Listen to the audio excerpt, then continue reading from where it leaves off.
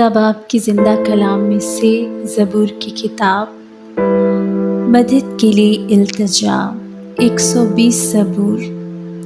میں نے مصیبت میں خداوند سے فریاد کی اور اس نے مجھے جواب دیا۔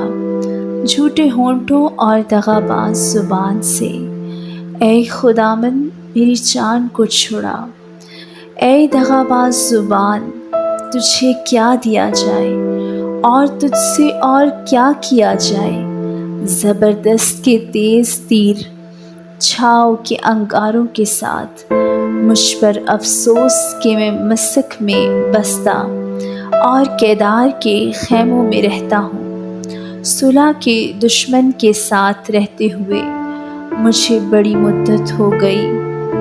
میں تو صلح دوست ہوں، پر جب بولتا ہوں تو وہ جنگ پر آمادہ ہو جاتے ہیں۔ آمین۔